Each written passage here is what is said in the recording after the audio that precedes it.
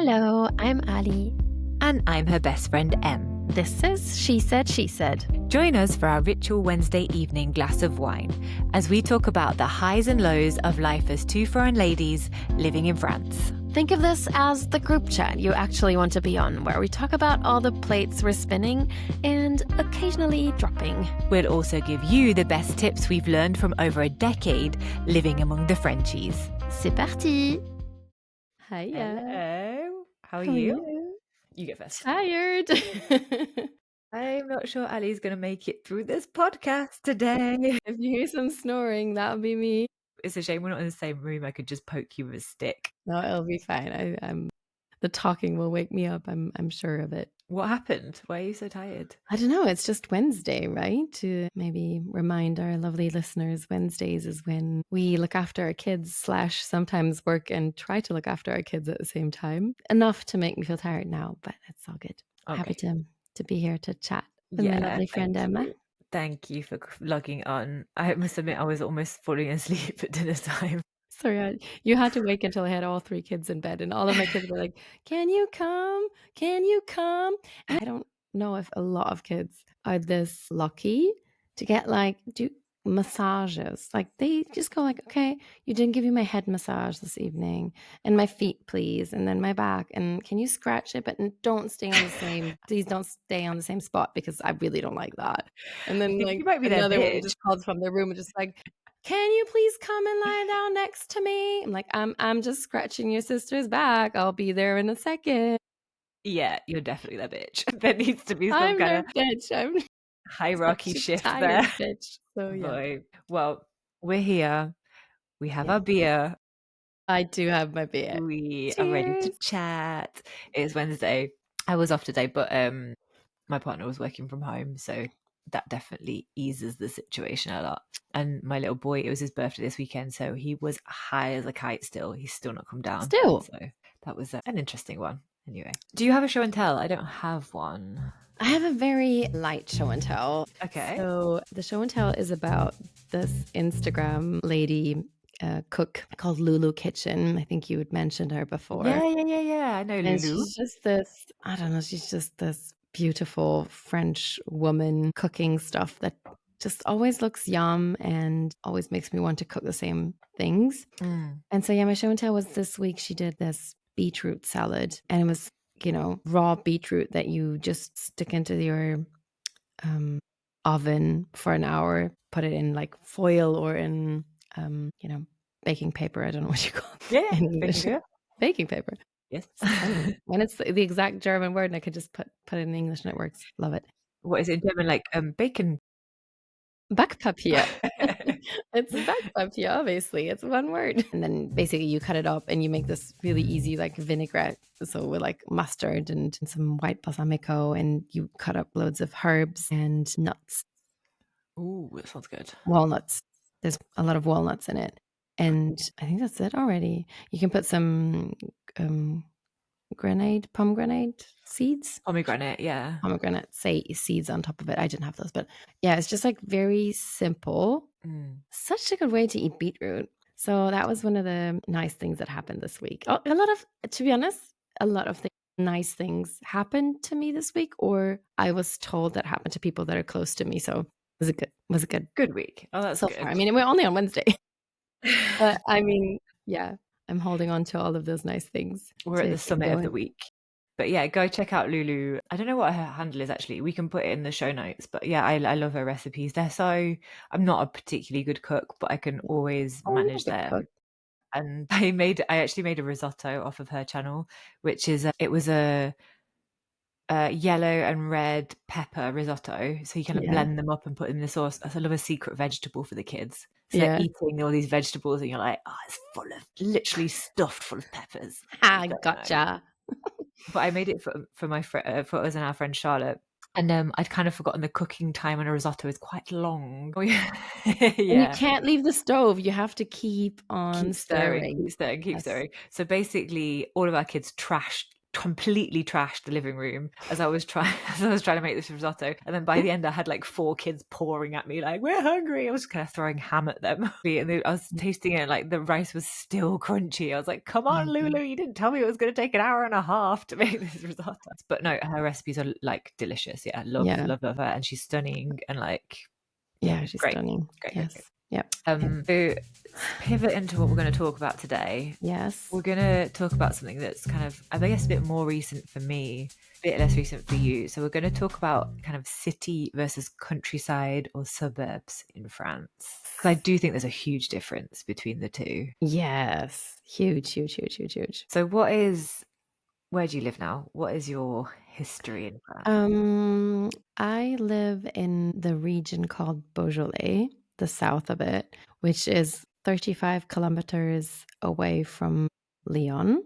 And we live in a small town with roughly 2,000 inhabitants, I think, in a house that we share with a family that were our friends before. So we bought this house as two families. And the situation is that it's not like super remote in the sense that Yeah. from our house, you're in walking distance to the schools and you have secondary schools. You can walk into the little center. There's only a couple of 100 meters away. And you have, a bakery, two butchers, a couple of bars. You have an actual little center of town, even a little shop they can walk to. So yeah, that is where we live, and we've been living here for I think it's 4 years. Yeah, it must be 4 years now. Wow. Is it 4 years now? Yeah, Wow, that's quite a long time. yeah, it's a long time. Yeah. And before that, you were in Oh Lyon. yeah, before that we were in Lyon center, very center, just yeah, in one of the main districts basically of Lyon, and like Super nice district of Lyon, in very Croix-Rousse. nice. We had lived there for, wait, let me think, 7 years or something before we left. And it wasn't possible anymore with the kids. It was in lockdown. We were one of those typical families that were like, confined to their small apartments and then had to accept that we were only allowed out for an hour a day and only a kilometer around our Oh my house. God, And, yeah. I mean, you remember this, but this was the time that me and my husband found out that we were going to have a third child that really wasn't planned at that moment. And we already had an apartment that started to feel really small with two children, the Yeah. second one starting to walk. And so, yeah, then we just really quite quickly said with our friends, let's move out and find a place. I have to say they kind of like vetted the places for us and they were like, "Okay, this town is Okay. great. Let's find something there." And then we were like, "Yeah, cool." And then, we found something and we quite quickly then just said like, "Yeah, that will do it." Yeah. Yeah. Oh, that's cool. I wish I had those friends to vet all the towns around Lyon for me. I had to go there and be like, "I guess it looks good. I don't know." Yeah. It did make things easier. Although, we'll talk about this later, but like, obviously we didn't know everything about our village Of either. course. We found out some more stuff. So what about you? So, similar situation. I lived in Lyon until the end of last year. In pretty central Lyon. Lived there for 10 years, and moved for the exact same reasons. We're living in like a 55-meter square flat and had 2 kids, and it was just way too small. I would have loved to stay in that area. We have a big community there. I was back today, like going to see friends there. So yeah, love that area, but we just couldn't feasibly buy somewhere big enough for us to like comfortably live as a family, I think. So that was, yeah, a hand was definitely forced. We pushed that flat to the limit. You can attest to that. I did test it once with my 3 children. It's pretty cozy, hey? It was cozy, but it was a really Pretty nice cozy. place. Yeah, really very Yeah. nice vibe. So I moved a bit closer to Lyon, I think. Yeah, a little bit closer to Lyon Yeah, than you. So it's still actually part of the kind of um great Lyon to borough, I suppose. yeah, So it's still counted as like part of Lyon. Greater Lyon, I suppose, whatever. yeah. About like a 30-minute drive from the centre. So we're still like a fair while away, but we're in a town north of Lyon now. It's still quite small. It's 3,600 inhabitants, I think. Definitely Googled that just before this podcast because I had no idea. We're like, "Oh, I I had no idea." I knew it would come up. But yeah, I mean, it's not the kind of like beautiful, stunning villages of the Beaujolais where Alex lives. It's nice. I mean, there's everything we need here.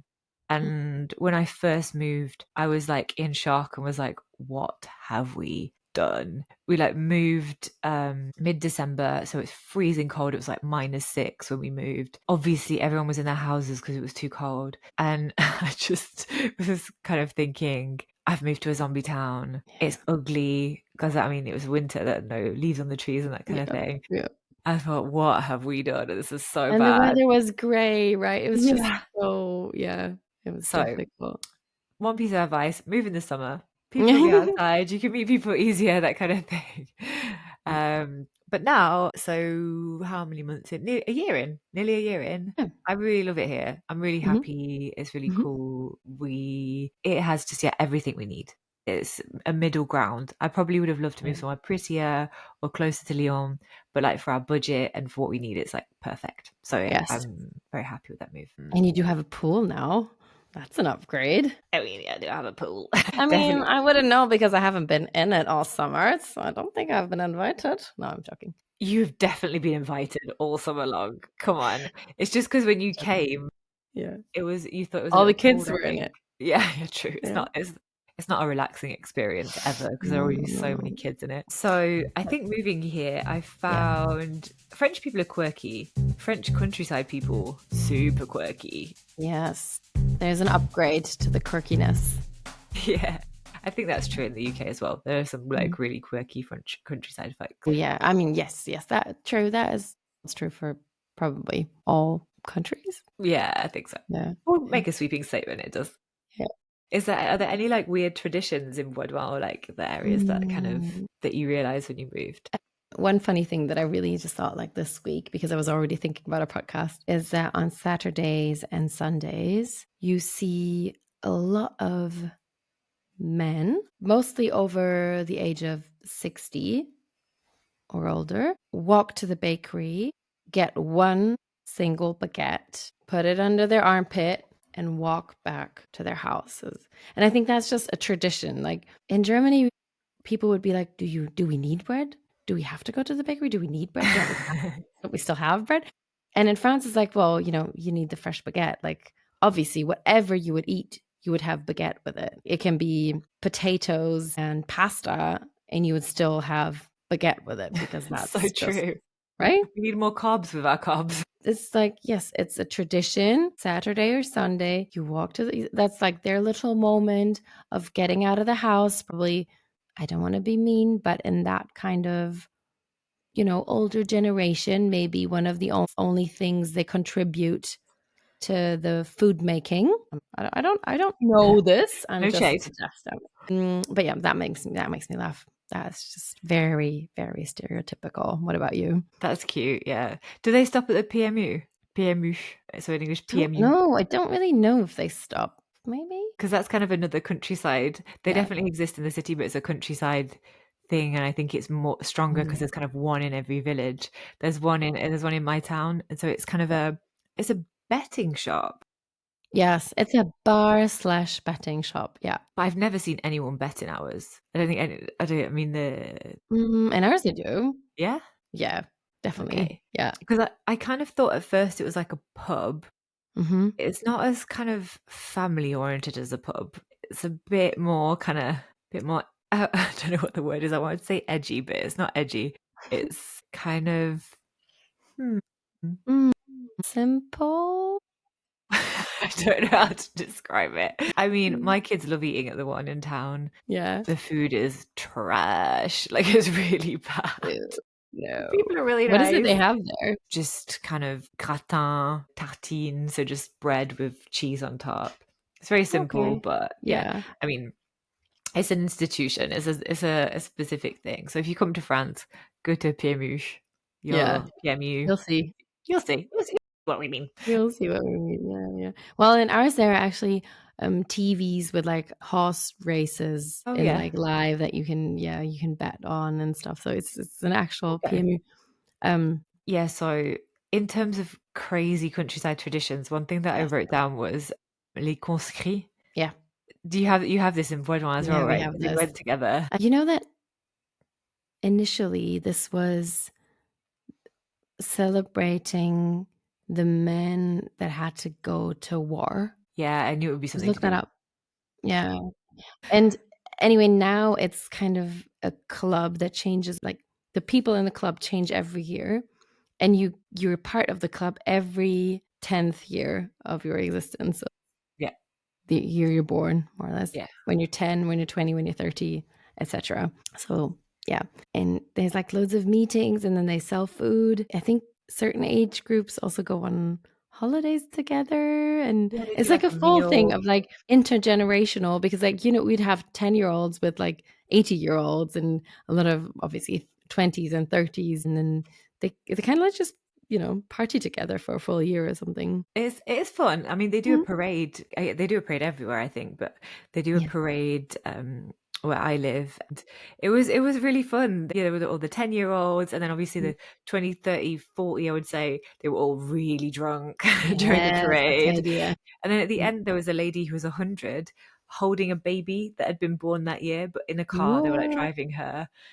Oh, So it's yeah, it's fun. yeah. I think that is one thing that struck me since I Mhm, moved out of the city is like the community in the countryside mhm. is there's so much going on in the town. Every weekend there's another event. This weekend there's a choucroute, so like like the cabbage that you cook in wine, and they're selling saucisson as well, or like cooked sausage.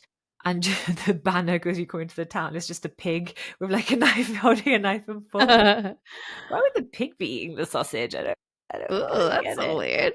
Yeah, so it's like some kind of crazy every weekend there's a crazy sale.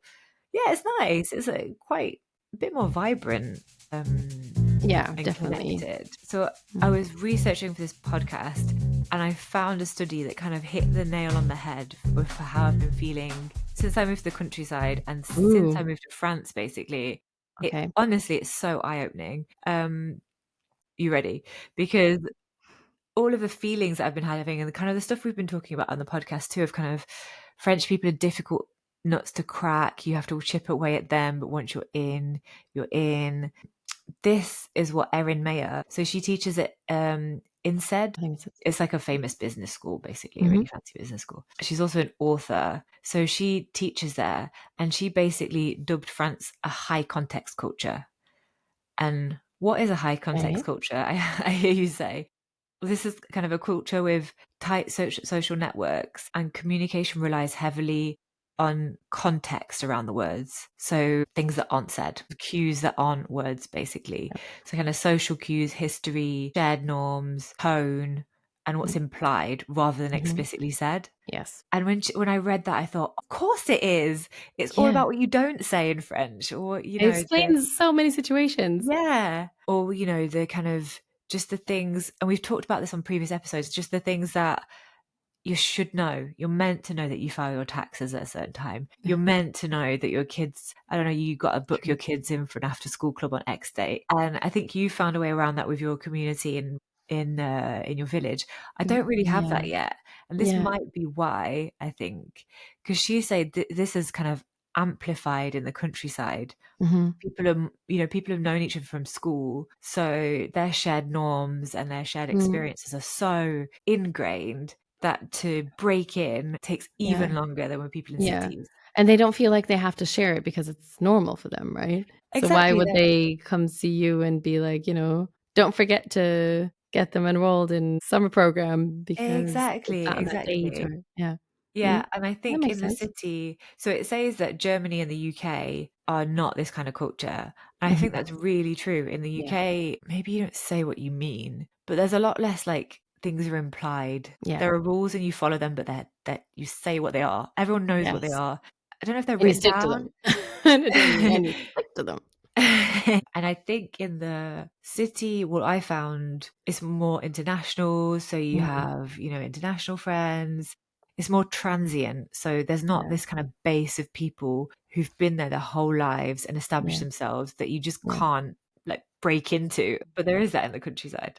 So much so. A funny thing is, in my village, there must have been, a whole renewal around the same time that we moved, Mm. because we know at least good 10 families or more.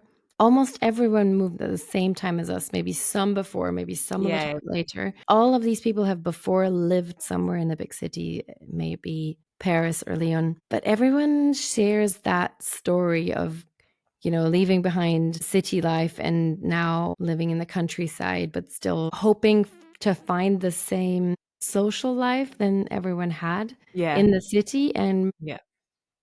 it works quite well, I have to say. It's a big group of really nice people, helping each other out and, I don't know, working together for projects in the schools and, yeah, helping each other out with the kids as well. Like, there's a lot of families where the kids are exactly the same age. They'll, take turns looking after the kids so that the parents can go away for weekends. And um, there's Nice. a lot of that, and I would definitely say I have a couple of people I could ask for favors or just, like, help me out an afternoon here or there if I needed to, and that's a That's really good so good. feeling. That's And so that's good. really just luck. I was just pure luck of everyone moving at the same time. A post-lockdown thing. A lot of people Yeah, had the definitely. same Yeah. idea, and you kind of have the city thing in the countryside, Yeah.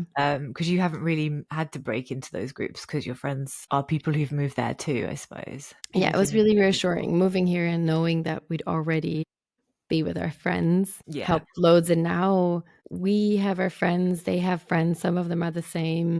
We do things together, but not all the time, but because it's a small town, everyone, knows everyone as well, so we just cross paths a lot, and thanks to them, we got to know people much quicker because they were yeah, here but before. It is a little bit different in my village maybe, but you can definitely tell when you're in front of the school, the families that have been here all of their lives and the families that moved after. really. That's interesting. I don't think I'm there yet, but I think we're starting to get there. But I do think you were saying this to me before that you maybe need to put yourself out there a bit more, or I need to put myself out there a bit more because you're in a lot of clubs, in a lot of associations, which are kind of basically clubs. Yeah. I'm, like, in the choir. I've done Pilates classes where you had, like, women of all ages and, you meet them when you go to the market and you just, like, little by little, but it has been 4 years and they say it takes 2 or 3 years, I think, to really settle in into a new place. So, definitely don't feel any pressure, and also, I don't know when you would add a club on top of your work and, private life and podcasting and, so Yeah, this is no my pressure. club. No pressure. This is my club. One thing I did notice was so I definitely feel more relaxed now. I love it here. But and I think this was described well in a study by an American writer called Harriet Welty Rushforth. I don't know if she's French or not. Maybe she married a French person. But she says in the countryside, basically, the quality of life rises and the convenience drops. And this is a classic French paradox. And I live that so much because in the countryside, shops close early. You have to take your car to go everywhere. You really can't get around without your car. I don't know Yeah, if you found this. I kind of never expect it to be different. I guess for the car, I can still walk a lot of places. I'd say like everything I really need is within walking distance, and then everything you kind of want is a bit further away. Like everything is a good 20-minute drive anywhere. Yeah. But I don't know. My mom sometimes says that to me. She's like, "Oh, the driving, there's so much driving." But to be honest, that is the moment that I get to listen to podcasts. That is the moment that I Yeah. get to like sing in a really loud way to all the music that I love in my car. I can call people, and I quite enjoy being in my car. It's not that I maybe if every day I had to do hours and hours of it, but like I just have every other day. I mean, I drive to the gym and I drive my kids to their activities. It's also a moment that I get to talk to my kids in a like different way because everyone's strapped Mm. in, and you're a bit like, now I'll ask you my question. You can't go anywhere. So for me, the driving, yeah, I don't know. I just more see the positives of it probably. Do you think there are any other payoffs, to being further out the city? I mean, for me, I think one of the biggest things is just restaurants and bars and the fact that you can't just go home after having a drink really easily. You can't just get an Uber. You can't just jump on the metro to get home. Yeah, And it's a cycle huge home. one, right? I mean, just last week we went out in Lyon, and luckily we have our friend Elsa still living inside the city, so we could just Uber to her house and sleep at her house. But yeah, we can't, it's not that easy to go out in Lyon and then get home in the evening still. No, I can luckily get an Uber, but it's pretty expensive and it's still Yeah, a good drive. It's yeah, not my old 10-minute, 15-minute cycle home. I think you exactly. were saying about the schools as well. Do you think Oh, yeah. I'm thinking about this because I've just been back to my old flat, like the building of our old to meet up with the old neighbors. And one of the neighbors was saying how they've renovated this house outside in the countryside, but they're keeping their life in the city for like in the week, and then every weekend they're just going out there. And wow. when we asked him why they wouldn't consider moving there full time, he said one of the first reasons was the school. And this is some French person, right? I'm saying this because I might also say something not that nice about the school here. And he just said, like, yeah, he just feels like you don't have a lot of options when you're a small village. There's this one school and everyone just goes there. And he said, Yeah, in that specific case, there was like a teacher, a head teacher that just really wasn't a nice teacher, didn't have any, modern teaching skills. And um, someone he knew had really bad experience with her. And he said, you just have to accept it. that's really tough though, because I did find before we moved here, I was trying to look up and research the school, but there is zero information online about the schools. There's absolutely nothing. And I was trying to, just get even on Google, like look at the reviews of parents. Does it There's have any? nothing. Yeah. Nothing. Well, there's maybe one review from 10 years ago or something. So obviously it's not going to represent how the primary school is. But Yeah. we went to look around. You get a bit of a feel for the school, but you only meet the head teacher. It's really Yeah. tricky. You have to kind of just Yeah.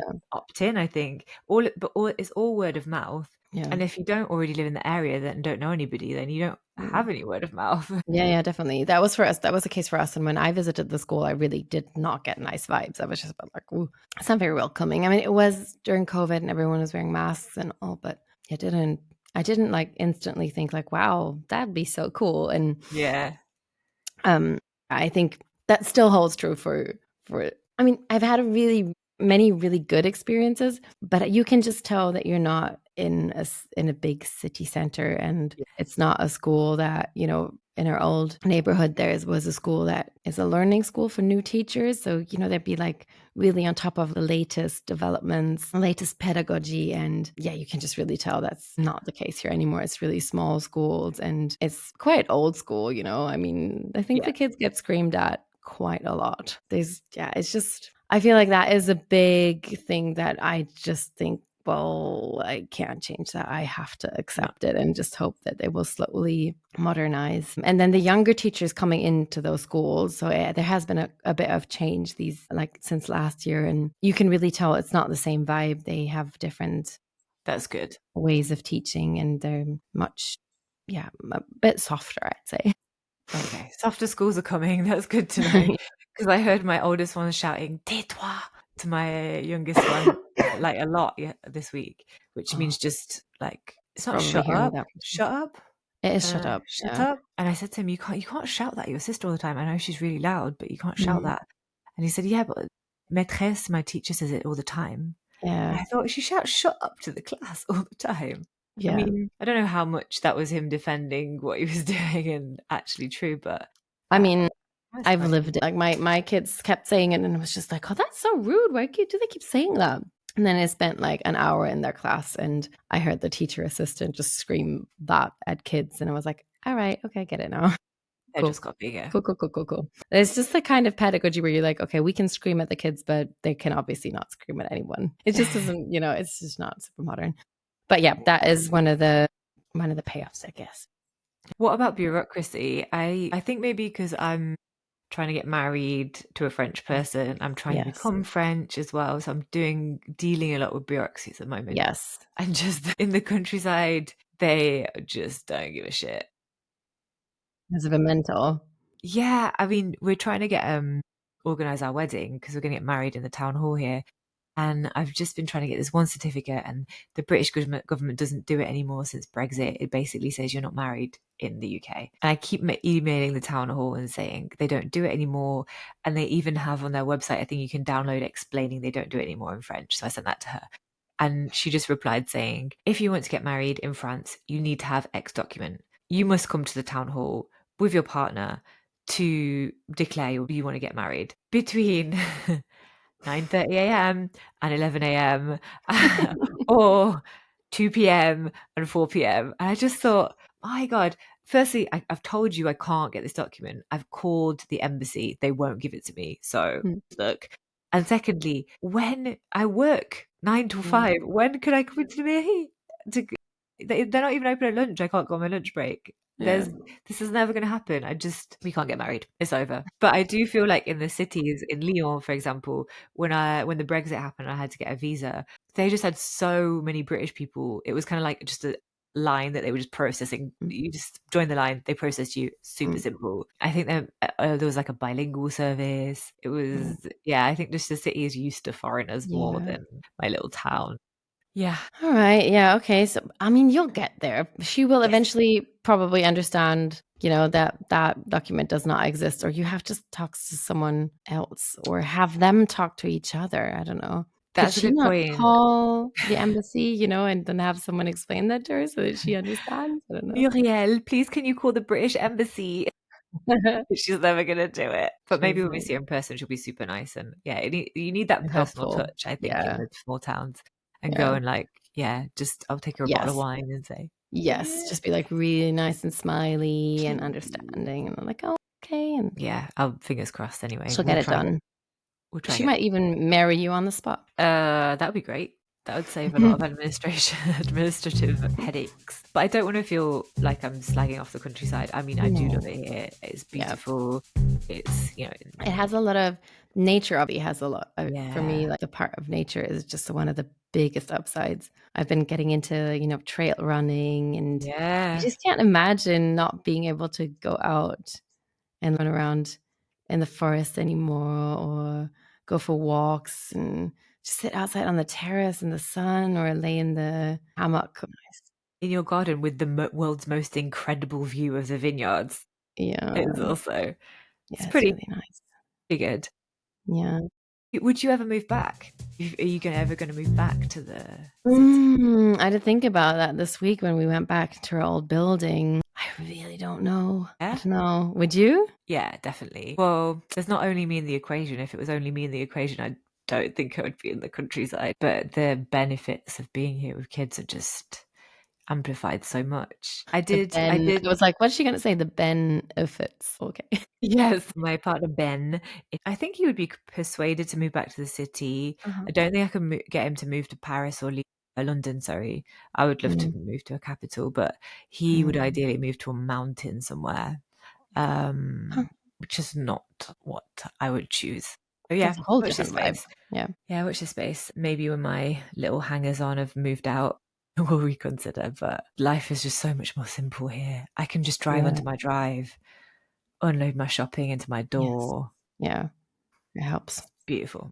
But it's also because you have a big shopping to do, right? So if it was only you and your partner living, Yeah. your soon to be husband, sorry, Fiance. living fiance living in the city center, like, you know, you just have one bag of little groceries and that's what you need Yeah. to make a really nice meal. So Yeah, for sure. Which um, was fine until up until we had kind of two kids, basically. yeah, I think that was the tipping point. So never say never.